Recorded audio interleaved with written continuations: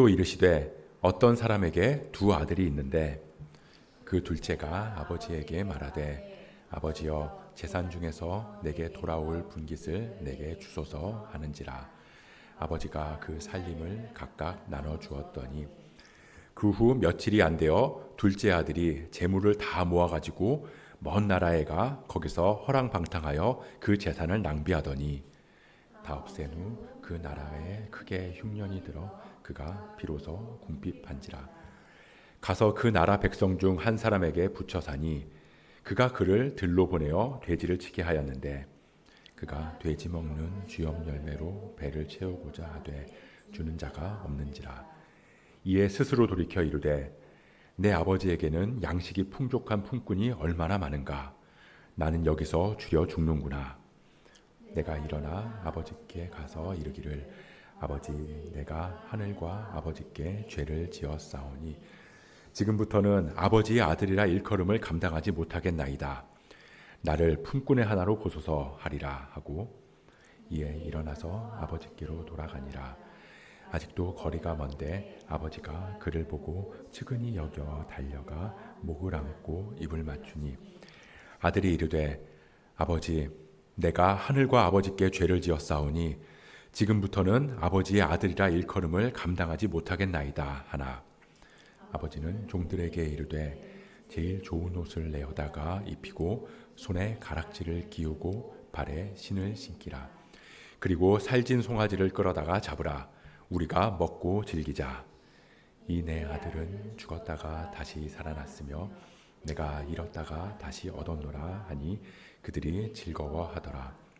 맏아들은 밭에 있다가 돌아와 집에 가까이 왔을 때 풍악과 춤추는 소리를 듣고 한 종을 불러 이 무슨 일인가 물은데 대답하되 당신의 동생이 돌아왔음에 당신의 아버지가 건강한 그를 다지 맞아들이게 됨으로 인하여 살진 송아지를 잡았나이다 하니 그가 노하여 들어가고자 하지 아니하거늘 아버지가 나와서 권한대 아버지께 대답하여 이르되 내가 여러 해 아버지를 섬겨 명을 어김이 없거늘 내게는 염소 새끼라도 주어 나와 내 벗으로 즐기게 하신 일이 없더니 아버지의 살림을 이를 위하여 살진 송아지를 잡으셨나이다. 아버지가 이르되 예 너는 항상 나와 함께 있으니 내 것이 다 내 것이로되 이 내 동생은 죽었다가 살아났으며 내가 잃었다가 얻었기로 우리가 즐거워하고 기뻐하는 것이 마땅하다 하니라. 아멘. 저는 이남 일녀 중에 첫째인데요. 어렸을 때 저는 이 첫째로 태어난 게 너무 싫었거든요. 이 첫째라는 부담감이 컸던 것 같아요. 저희 어머니는 네가 첫째니까 네가 동생들 잘 돌봐야 된다. 그러니까 엄마 아빠 없으면 네가 가장 역할을 해야 된다. 뭐 그런 말을 자주는 아니지만 그래도 꽤 들었었거든요. 근데 그런 말을 들을 때면 이 어린 나이에 이 책임감을 느끼기도 했지만 또 한편으로는 이 부담감이 컸던 것 같아요. 물론 이 첫째라서 좋은 점도 있죠. 어쨌든 동생들보다 이 혜택을 많이 받은 건 사실이니까요. 먹을 것도 훨씬 많이 먹고요. 그리고 동생들이 대들거나 까불면 어디 형한테 대들어! 이러면서 엄마가 혼내셨거든요. 그러면 이제 옆에서 이 동생들이 혼나는 그걸 보는 재미도 쏠쏠했어요.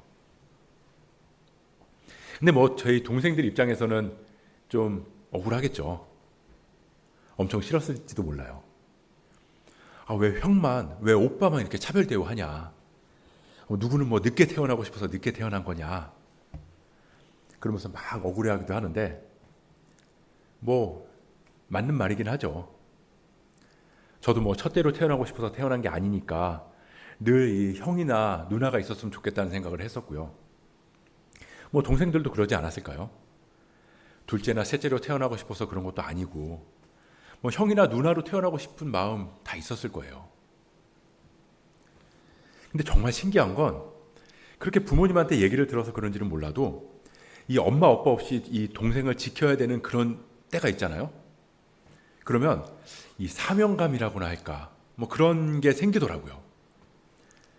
평상시에는 안 그러다가도 그런 상황이 생기면 이 동생들을 조금 더 신경 쓰고 그렇게 챙기게 되는 거죠. 반면에 동생들도 평상시에는 형이랑 오빠를 뭐 그냥 무시하고 뭐 그냥 그렇게 별로 신경 안 쓰다가도 그런 순간이 되면 형한테, 오빠한테, 누나한테 의지를 좀 하게 되는 것 같아요. 아마 많은 분들이 공감을 하실 수도 있는데요. 보면요, 첫째는 첫째의 티가 나고요, 둘째는 둘째 티가 나고, 막내는 막내 티가 나더라고요. 근데 그건 어쩔 수 없는 것 같아요. 저희 애들도 보면 큰애는 자기가 첫째라고 해서 엄청 싫다고 그래요. 아, 오빠가 있었으면 좋겠다, 뭐 언니가 있었으면 좋겠다. 반면에 둘째는 언니면 다야? 막 그러면서 도발을 잘 하고요. 그럼 막내도 막내 이거 굉장히 싫어해요. 엊그제도 매일 밤마다 이제 성경을 읽어주고 이제 기도를 해주는데 맨날 언니들 먼저 해주니까 아빠는 맨날 연장자순으로 해준다고 그러면서 막 속상해했거든요. 근데 보면 이 어릴 때는 이 형제 자매끼리 그렇게 서로 티격태격하면서 그렇게 하는 가정이 대부분인 것 같아요. 대부분 다 그렇게 어린 시절을 지나오는 거죠. 오늘 우리가 읽은 본문에서도 이 한 가정의 이야기가 등장하는데요.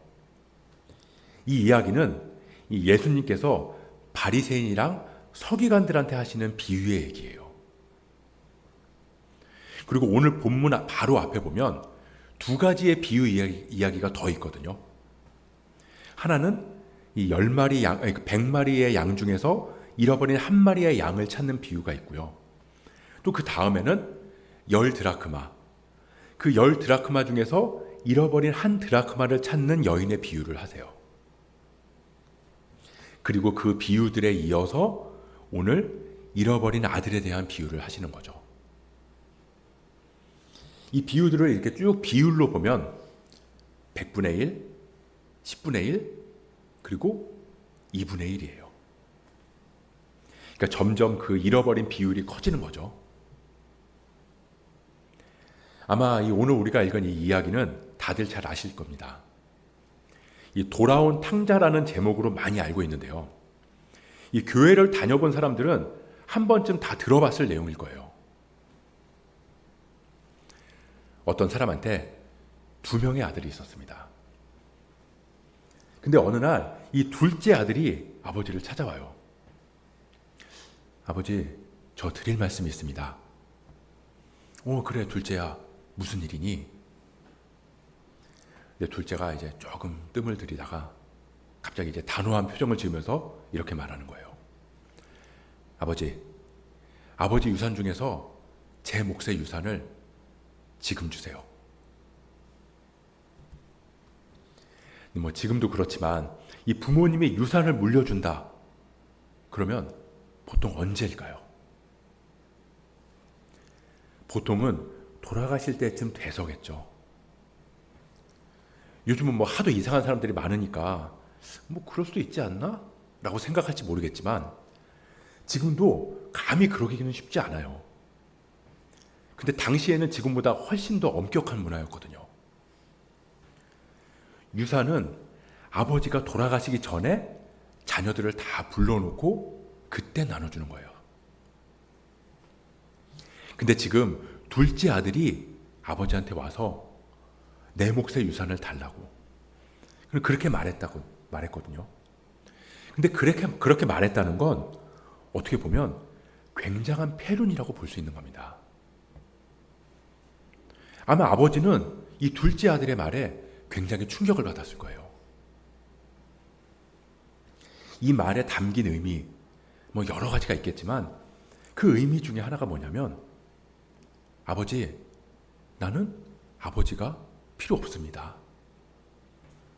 조금 심하게 말하면 아버지가 죽었으면 좋겠습니다. 그런 의미를 담고 있는 뜻이라는 거예요. 나는 아버지 집에서 아버지랑 살기 싫습니다. 아버지의 자녀로 살고 싶지 않습니다. 하지만 아버지의 돈은 필요합니다. 한번 상상을 해보세요. 여러분들의 자녀가 할 얘기가 있다고 하면서 지금 유산을 달라고 그런다면, 만약에 저희 애들이 나중에 커서 저를 찾아와서 아버지, 아빠, 저한테 줄 유산을 지금 떼주세요 라고 한다면 어떨까? 물려줄 것도 얼마 없지만 저는 굉장히 화가 날 것 같거든요. 이런 버릇없는 녀석이 네가 어떻게 그렇게 말할 수 있어? 너 도대체 아빠를 뭘로 보고 있는 거냐? 야, 됐어. 너한테는 10원짜리 한 장도 줄 수 없으니까 야, 사라져. 호적에서 파버릴 거야. 아마 저는 그렇게 얘기하지 않았을까 싶어요. 근데 놀라운 건 이 아버지의 반응이라는 겁니다. 우리 오늘 본문 12절 말씀인데 같이 한번 읽어보도록 하겠습니다. 시작. 그 둘째가 아버지에게 말하되 아버지여 재산 중에서 내게 돌아올 분깃을 내게 주소서 하는지라. 아버지가 그 살림을 각각 나눠 주었더니. 이 다리 몽둥이를 분질러도 누가 뭐라고 안 할 상황인데 아버지가 뭐라 그러냐면 그 살림을 각각 나눠 주었더니. 둘째 아들의 요구대로 유산을 나눠줬다는 거예요. 그런데 여기 12절에서 이상한 단어가 하나 있습니다. 이상한 단어. 뭘까요? 네, 각각. 분명히 유산은 둘째 아들이 달라고 했는데 아버지는 유산을 각각 나눠줬다는 겁니다. 둘째 아들뿐만 아니라 첫째 아들, 그러니까 형한테도 나눠줬다는 거죠. 그 말은 뭐냐면 둘째 아들이 아버지한테 자기 유산을 달라고 하는 이 모든 상황을 첫째 아들도 다 듣고 있었고 다 알고 있었다는 거예요.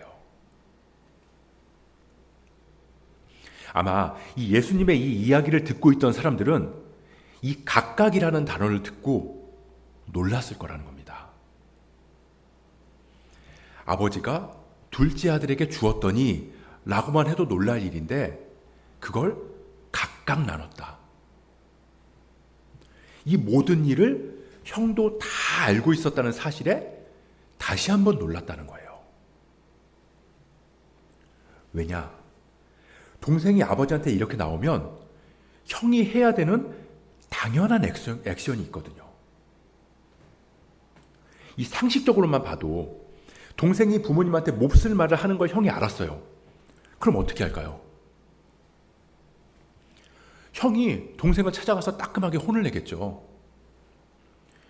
동생이 아버지한테 내 몫의 유산을 달라고 한 걸 알았다면 형은 동생을 돌이켜야 할 의무가 있었다는 겁니다. 이 당시 이스라엘에는 이 유산을 분배하는 율법이 있었거든요. 이 첫째 아들은 유산을 분배받을 때 다른 동생들의 2배를 줬어요. 예를 들어서 아버지한테 이 자녀가 셋이 있는데 유산으로 1억을 물려줘야 된다. 그러면 첫째는 5천만 원, 둘째, 셋째는 2,500만 원씩 그렇게 줬다는 거예요. 근데 이렇게 물려주는 이유가 단순히 첫째이기 때문에 먼저 태어났기 때문만은 아니라는 거죠. 첫째한테 주어진 의무가 있었기 때문이에요. 동생들을 돌보고 가르치고 훈계하고 또 집안을 지키면서 이 첫째로서의 책임을 다 해야 됐기 때문에 그래서 2배의 몫을 주는 거죠. 예를 들어서 집이 어려워져서 땅이 다른 집안에 넘어갔어요. 그러면 그 땅을 되찾아올 그 의무가 첫째한테 있었다는 거죠. 고엘, 기업 물을 자라고 그러잖아요. 책임이 확실히 주어졌다는 거예요. 근데 첫째가 만약에 그 책임을 다하지 않으면 마을에서는 평생 수치를 당하면서 살아가야 했다는 거죠. 근데 이 첫째 아들은 동생이 아버지한테 유산을 물려달라고 하는 걸 보고도 가만히 있었다는 겁니다. 어떻게 해야 했을까요? 아버지 많이 놀라셨죠? 진정하세요. 제가 저 녀석 혼쭐을 내주겠습니다. 제가 저 녀석 정신 차릴 수 있도록 따끔하게 한마디 하겠습니다. 알아들을 수 있도록 제가 잘 얘기해 보겠습니다. 이래야 되는 게 맞는데 알고도 멀뚱멀뚱 가만히 있다가 재산을 각각 나눠줄 때 재산이 확실하게 잘 나눠졌나? 그걸 확인했을 거라는 거죠. 무슨 말이냐면 첫째도 둘째랑 동일한 마음을 가지고 있었다는 거예요. 둘째는 그냥 버릇없이 아버지한테 유산을 지금 달라고 말했지만 첫째는 차마 자기 입으로는 그 말을 할 수 없었던 거죠. 그렇지만 둘째처럼 아버지랑 함께 있는 건 싫었던 거예요. 아버지는 필요 없고 당신의 재산만 필요합니다. 똑같았다는 겁니다. 다만 둘째처럼 하기에는 자기 이미지가 있으니까 차마 그렇게까지는 하지 않았던 거죠. 이 둘째 아들은 아버지한테 받은 재산을 다 모아가지고 먼 나라로 가버렸어요. 그렇게 가서 그 재산을 어떻게 썼을까요? 안 봐도 비디오죠. 허랑방탕하게 다 낭비했습니다. 이 아버지의 손길을 떠나서 자기만을 위해서 살아가면 처음에는 좋았을지 모르지만 결국 그 끝이 어떤지 우리는 예상할 수 있잖아요. 돈만 있으면 행복하게 잘 살 수 있을 것 같다고 생각하지만 그리고 누가 나한테 뭐라고 안 하고 그냥 내가 하고 싶은 대로 잘 살아가면 그렇게 자유롭게 살아갈 수 있을 것 같지만 그렇지 않다는 거죠. 결국 둘째는 그 많은 돈을 다 탕진하고 노숙자가 됐습니다. 일을 좀 하려고 했어요. 먹을 게 없으니까요. 그래서 여기저기 찾아가서 일자리 좀 주시면 제가 열심히 일해보겠습니다 라고 했지만 아무도 도와주지 않았어요.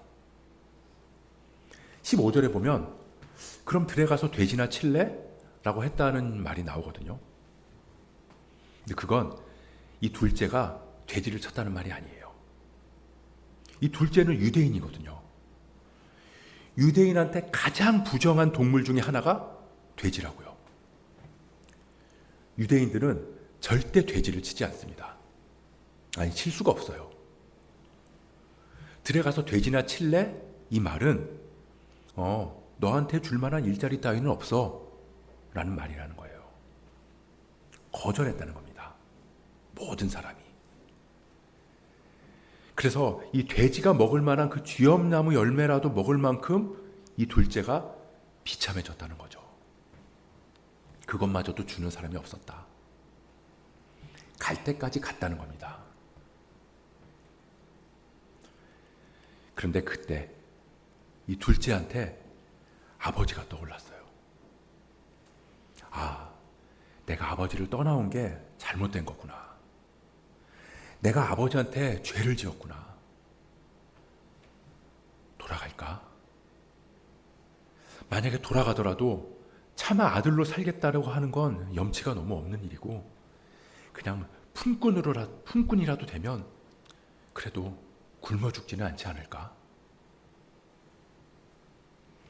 그렇게 한참을 고민하다가 가자.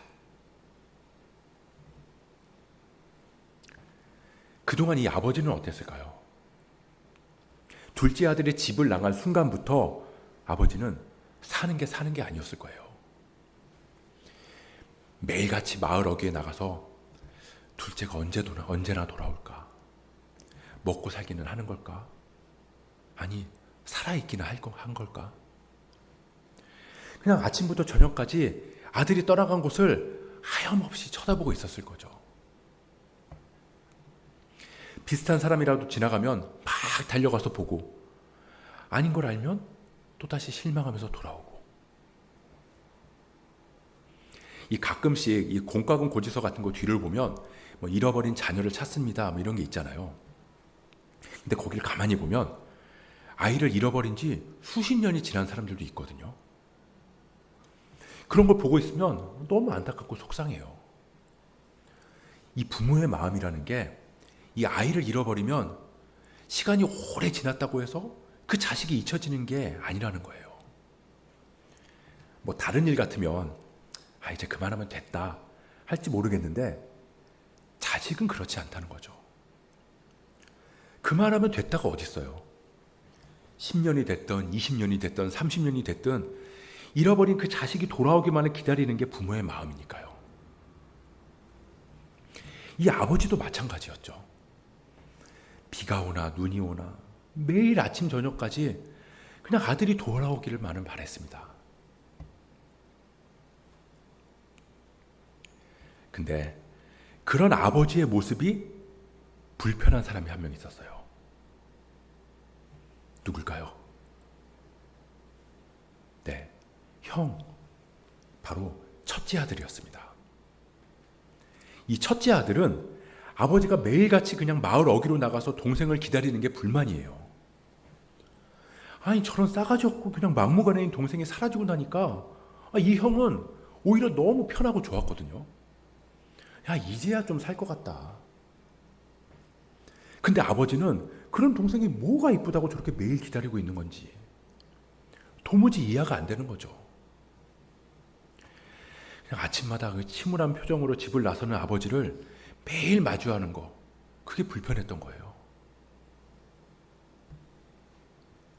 그러던 어느 날, 그날도 어김없이 아버지는 아침 일찍 마을 어귀로 나갔어요. 이 아들이 떠나간 곳을 바라보면서 그렇게 눈을 못 떼고 있는데 저 멀리서 어떤 사람이 터덜터덜 걸어옵니다. 다 찢어지고 허름한 옷을 입고 있는 그 사람을 보는 순간 아버지는 알아챘어요. 내 아들이다. 그리고는 달려가서 아들을 안고 뽀뽀하고 막 흐느껴서 울기 시작합니다. 그렇게 길에서 막 서로 얼싸안고 막 한참 울다가 아들이 입을 열어요. 아버지, 제가 잘못했습니다. 저는 아버지의 아들이 될 자격이 없습니다. 근데 아버지는 아무 말 하지도 않고 옷장에서 제일 좋은 옷을 꺼내서 입히고 손에 가락지를 끼워줬습니다. 너는 내 아들이다. 그걸 확인시켜 준 거예요. 내 아들은 죽었다가 다시 살아난 거나 다름없다. 내 잃어버린 아들을 이제야 드디어 찾았구나. 아버지는 너무 기뻐서 어쩔 줄 몰랐어요. 이 마을 사람들을 다 집으로 초대했고요. 그래서 살찐 송아지를 잡아서 잔치를 벌였습니다. 너무 기뻤겠죠. 근데 그 시간에 첫째는 밭에서 열심히 일을 하다가 돌아왔어요. 근데 집으로 돌아가는데 이 집안이 시끌벅적하니까 뭔가 이상한 낌새를 차린 거예요. 그래서 이제 무슨 일인지 알아봤더니 동생이 돌아와서 아버지가 소를 잡고 잔치를 열었다는 겁니다. 몇 년인지도 모르겠어요. 그렇게 오랜 시간 집을 나가 있다가 돌아온 그 동생, 생사를 알 수 없었던 그 동생이 돌아오면 기분이 어땠을까요? 뭐 이산가족을 만난 것처럼 반갑고 기쁘지 않았을까? 근데 형의 반응은 냉담했습니다. 아니, 냉담하다 못해 막 분노가 치밀어 오는 거예요. 우리 28절 말씀인데 같이 한번 읽어보도록 하겠습니다. 시작. 그가 노하여 들어가고자 하지 아니하거늘 아버지가 나와서 권하니. 그가 노했다. 속된 말로 뚜껑 열렸다. 그렇게 첫째가 밖에서 막 씩씩대고 있다는 걸 듣고 아버지가 나왔어요. 첫째 왔니? 자, 이제 우리 같이 집에 들어가자꾸나. 근데 이 첫째 아들이 아버지한테 뭐라고 하냐면요. 이어서 29절 30절 말씀인데요. 제가 읽어보도록 하겠습니다. 아버지께 대답하여 이르되 내가 여러 해 아버지를 섬겨 명을 어김이 없거늘 내게는 염소 새끼라도 주어 나와 내 버수를 즐기게 하신 일이 없더니 아버지의 살림을 창녀들과 함께 삼켜버린 이 아들이 돌아오매 이를 위하여 살진 송아지를 잡으셨나이다.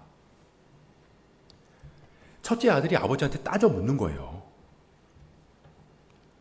근데 여기서 이 원어에는 있는데 우리말로 번역할 때 빠진 단어가 하나 있거든요. 이두라는 단어인데요. 무슨 뜻이냐면 보십시오라는 뜻이에요. 보십시오. 이것 보십시오. 근데 이 말은 자식이 아버지한테 쓸 수 있는 단어가 아니라는 겁니다. 이 단어를 넣어서 이 뉘앙스를 살려서 제가 조금 극단적으로 말해볼게요. 어떤 뜻이냐면요. 어이, 이것 보세요. 내가 언제 당신 명령을 어긴 적이 있어요? 없잖아요. 근데 나한테는 그 흔해 빠진 염소고기 한 번 준 적 없더니 저런 망나니 같은 자식은 돌아오니까 소를 잡는다고? 지금까지 이 착한 아들이라는 자기 이미지도 있고 해서 어떻게든 참았는데 자기가 정해놓은 손을 넘으니까 폭발한 거죠. 이 30절에 보면 아버지의 살림을 창녀들과 함께 삼켜버린 이 아들, 내 동생이 아니라 이 아들, 당신 아들이라고 말하고 있다는 거예요. 왜 형은 동생이 돌아왔을 때 이렇게까지 분노했을까요? 도대체 이유가 뭘까? 동생이 돌아옴으로 인해서 이미 분배된 유산, 내 몫으로 각각 나눠진 유산을 동생을 위해 써야 되기 때문이에요. 이미 유산은 분배됐잖아요. 그러니까 집에 있는 모든 거, 첫째 아들 입장에서는 자기 명의예요. 하지만 아버지가 살아계시니까 살아계실 때까지는 확정된 건 아니라는 거죠. 특별한 일 없으면 나눠줬으니까 내 거라고 할 수는 있지만 아직 모든 명의는 아버지한테 있는 거예요. 소유권 행사는 아버지가 더 우선한다는 겁니다. 하지만 어쨌든 지금 집에 있는 모든 게 자기 거라고 첫째 아들은 생각하고 있었다는 거죠. 그런데 둘째가 돌아왔으니 이제 어떻게 되겠어요? 당장 아버지가 소를 잡았는데 그 소 누구 거예요? 형 입장에서 보면 그거 내 거라고요. 동생한테 좋은 옷을 입혔어요. 그거 누구 거예요? 내 거라니까요. 이제 앞으로 동생이 먹고 마시고 지내는데 드는 돈, 그거 누구 돈으로 써야 돼요? 내 돈이라고요. 나중에 아버지가 돌아가시기 전에 말 바꿔서 지금 있는 재산에서 유산을 다시 나누자고 하면 그럼 어쩔 수 없이 또 나눠야 된다고요. 당신 아들을 위해서 내가 희생해야 된다고? 그랬더니 아버지가 뭐라고 하냐면요. 31절, 32절 말씀인데 같이 한번 읽어보도록 하겠습니다. 아버지가 이르되 예, 너는 항상 나와 함께 있으니 내 것이 다 내 것이로되 이 동생은 죽었다가 살아났으며 내가 잃었다가 얻었기로 우리가 즐거워하고 기뻐하는 것이 마땅하다 하니라. 얘야, 이것 보쇼. 당신이 어쩌고 저쩌고 하는 아들한테 얘야. 아버지는 둘째한테 그랬던 것처럼 첫째한테도 넘치도록 사랑을 낭비하고 계세요. 그러면서 뭐라고 하시냐면 이 내 동생은 죽었다가 살아났으며 네 동생이라는 거예요. 네 동생. 얘야, 이 아이는 네 동생이란다.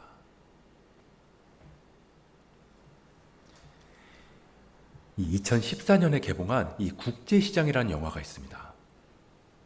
이 6.25 전쟁 때를 배경으로 한 영화인데요. 여기서 이 주인공 덕수는 가족이랑 함께 피난길에 올라요. 미군 화물선을 타려고 이 밧줄을 잡고 배에 오르다가 이 여동생 막순이를 놓치는 상황이 벌어져요. 근데 아버지가 이 어린 자녀를 이 전쟁통에 두고 갈 수 없잖아요.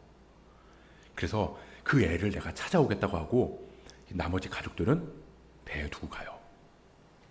근데 그 배에서 다시 아버지가 내리면서 이 덕수한테 뭐라고 그러냐면요. 아빠가 없으면 네가 가장이니까 엄마랑 동생들 네가 잘 지켜달라고 그렇게 부탁을 하고 내려요.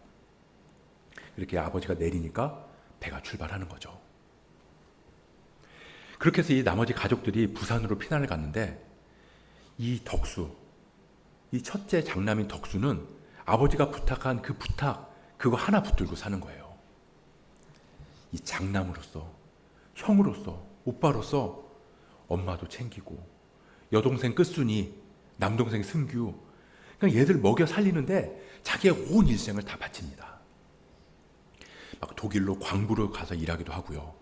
베트남 전쟁이 일어났을 때는 막 기술자로 베트남에 가기도 하고 그러면서 국제시장에서 또 돌아와서는 열심히 일하면서 살아가는 내용인데 자기를 위한 삶은 하나도 없이 그냥 오로지 동생들을 지키기 위해서 평생을 살아왔어요. 근데 이 덕수라는 인물이 마지막에 그러니까 온 가족이 모여서 즐겁게 그렇게 웃으면서 그렇게 잔치를 벌이는 그때 자기 방으로 돌아와서 마지막에 했던 대사 그게 유명하잖아요. 아버지, 내 이만하면 잘 살았지. 덕수야! 막순아! 독수야, 동생 손을 꽉 잡고 아버지한테 바둑도 따라오라오. 알았지, 야? 야, 알았습니다. 자, 가기요. 빨리 가자.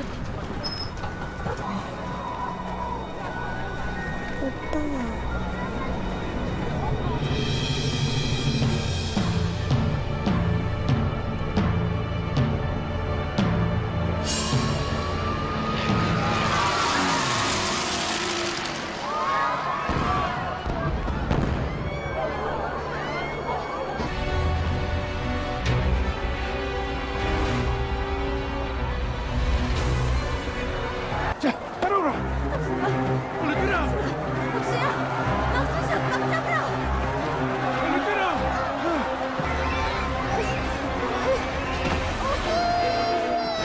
막순아!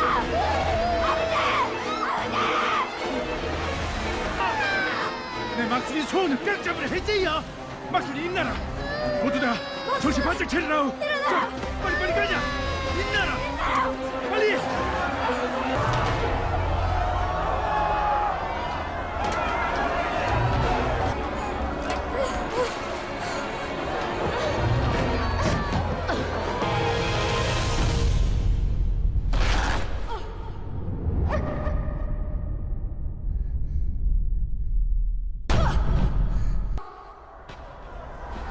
막순아!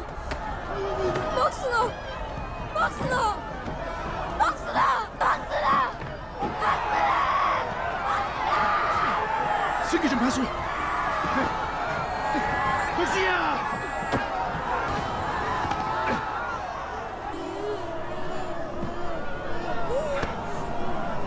명심해 들으라. 내 없으면 장남인 네가 가장인 걸 알지, 야? 가장은 어떤 일이 있어도 가족이 제일 우선이다. 알았지, 야? 시방부터 네가 가장이니까 가족들 잘 지키라.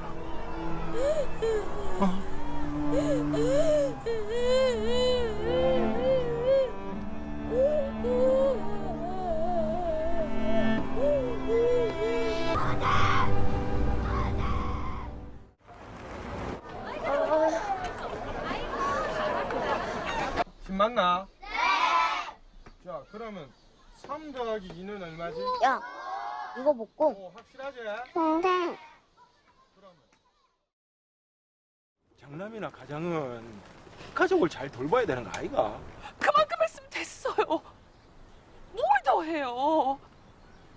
왜 항상 당신만 희생을 해야 되냐고요? 됐다, 그만해라. 누구는 가고 싶어서 가는 줄 아나? 어? 이렇게 내 팔자라고. 내 팔자가 이런데 내보고 어쩌란 말이고. 에이, 덕수. 에. 아이씨, 누구 보라. 아유. Sign this. 사인. Here. 사인 오케이. 오케이. 사인.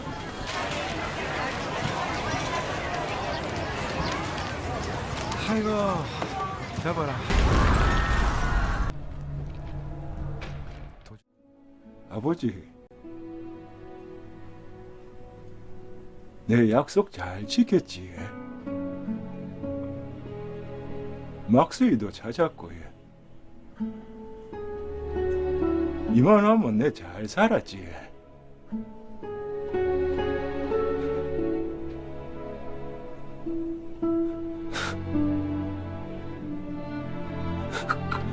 근데 내 진짜 힘들었거든요.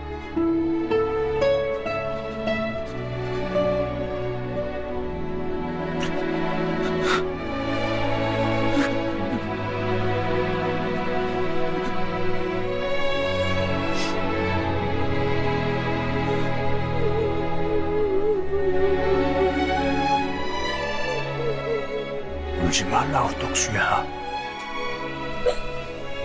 아버지.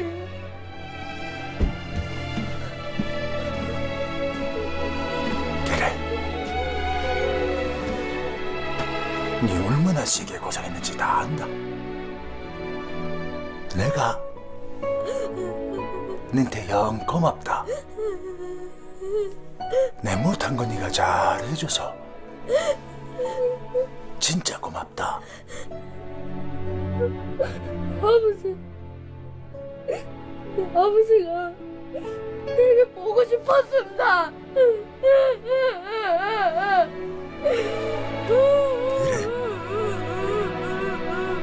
나도 네가 영 보고 싶었다.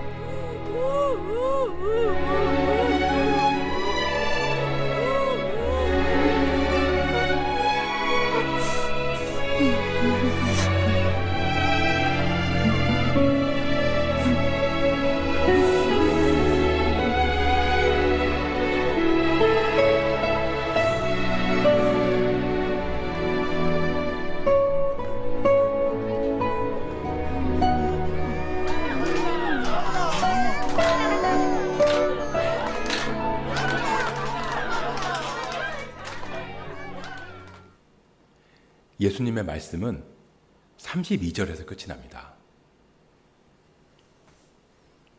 아버지가 얘야, 네 동생이 죽었다가 살아났단다. 그러니 우리가 즐거워하고 기뻐하는 게 마땅하지 않니? 그리고 그 말에 대한 형의 대꾸나 반응은 없습니다. 이런 걸 열려있는 결말이라고 하는데요. 이런 열려있는 결말은 그 결말을 관객들한테, 독자들한테 넘기는 거거든요. 너는 어떻게 생각하니? 너라면 어떻게 하겠니? 처음에 말씀드렸는데 예수님께서 이 말씀을 누구한테 하는 거라고 그랬죠? 바리새인이랑 서기관한테 하시는 거예요. 그럼 첫째 아들은 누군가요? 바리새인. 둘째 아들은요? 세리, 죄인. 평생 하나님의 명령을 어긴 적 없는 착한 아들이라고 생각하는 바리새인들. 그들한테 세리랑 죄인들은 집 나간 둘째 아들과 같았어요. 세리랑 죄인들은 대놓고 하나님의 명령을 어기면서 죄를 지었거든요. 근데 첫째 아들인 바리새인들은 그들에 대한 안타까운 마음이 없었습니다. 멸시하고 천대하면서 나는 너희들이랑은 다르다고 생각했어요. 착한 아들이라고 생각했던 거죠. 그 마음속에는 죄가 가득하지만 율법으로 억누르고 있었던 거죠. 자기 입으로는 유산을 달라고 안 했을 뿐이에요. 하지만 둘째하고 다른 건 하나도 없었습니다. 오히려 둘째 같은 죄인들이 돌이켜서 회개할 때 그걸 용서하시는 하나님을 보면서 분노했다는 겁니다. 저런 인간들을 용서한다고? 28절에 보면 지금 첫째 아들은 어디 있죠? 그가 노하여 들어가고자 하지 않거늘. 둘째는 아버지랑 같이 집으로 들어갔어요. 근데 첫째는 집 밖에 있습니다. 결국 잃어버린 아들은 둘째 아들이 아니라 첫째 아들이었던 거죠. 예수님께서 이 말씀의 결론을 열어놓으셨다는 건 오늘 우리에게도 말씀하신다는 겁니다. 여러분들은 둘째 아들이세요? 첫째 아들이세요? 어떤 분들은 아직 둘째 아들일 수도 있어요. 그럼 어떻게 해야 될까요? 회개하고 아버지 품으로 돌아가면 됩니다. 날마다 아들이 돌아오기만을 기다리는 아버지께서는 둘째 아들이 돌아왔을 때 달려가서 얼싸안고 입을 맞추고 그러면서 아들의 자리를 회복시켜 주실 거예요. 반면에 교회에 오래 다니신 분들은 어쩌면 첫째 아들일 확률이 높겠죠. 이 잃어버린 아들 이야기를 들으면서 아버지가 이해가 되지 않는다거나 마음이 불편하다. 그러면 첫째 아들일 확률이 매우 높을 거예요. 이 비유의 이야기 앞에 두 가지의 비유가 더 있다고 그랬잖아요. 잃어버린 양, 잃어버린 드라크마. 근데 이 두 가지 비유에는 찾으러 가는 사람이 등장해요. 99마리의 양을 들에 두고 한 마리를 찾아 나서는 목자가 있고요. 9개의 드라크마가 여전히 있음에도 잃어버린 드라크마 1개를 찾아 나서는 여인이 있어요. 근데 이 잃어버린 아들의 비유에는 찾으러 가는 사람이 등장하지 않는다는 겁니다. 기다리는 아버지만 있을 뿐이에요. 그럼 예수님께서는 바리새인과 서기관들 그리고 오늘날 내가 첫째 아들이라고 생각하는 그리스도인들에게 이 비유의 말씀을 하시면서 뭘 바라시는 걸까요? 아버지, 제가 동생을 찾으러 가겠습니다. 제 모든 걸 다 걸고서라도 아버지를 위해서 잃어버린 동생 반드시 찾아오겠습니다.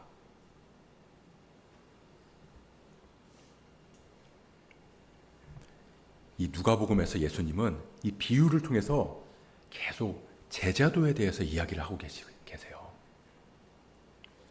그러니까 예수님을 따른다는 건 이 비유에서의 첫째 아들이 아닌 진짜 첫째 아들이 되라는 겁니다.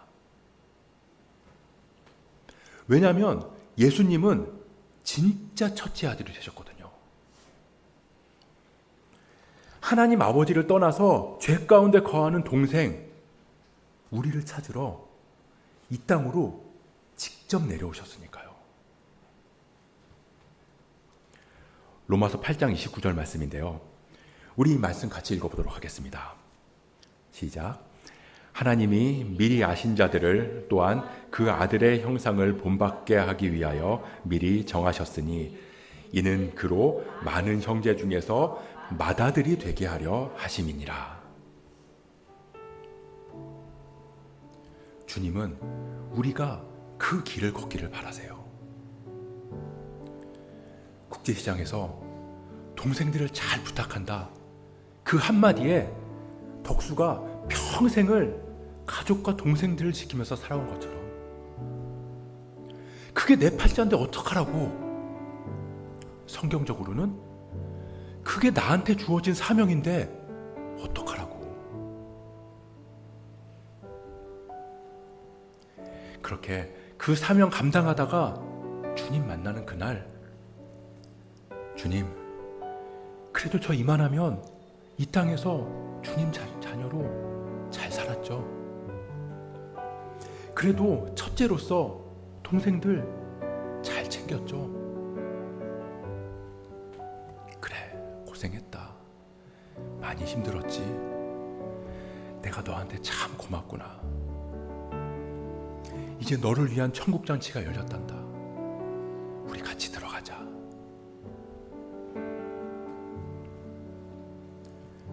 그렇게 우리가 우리를 찾기 위해 오신 하나님의 맏아들, 우리의 큰형 되시는 예수님을 따라서 잃어버린 둘째 아들, 이 세상에 있는 잃어버린 영혼들에게 하나님의 은혜와 사랑을 전할 수 있기를 주님의 이름으로 간절히 축복합니다.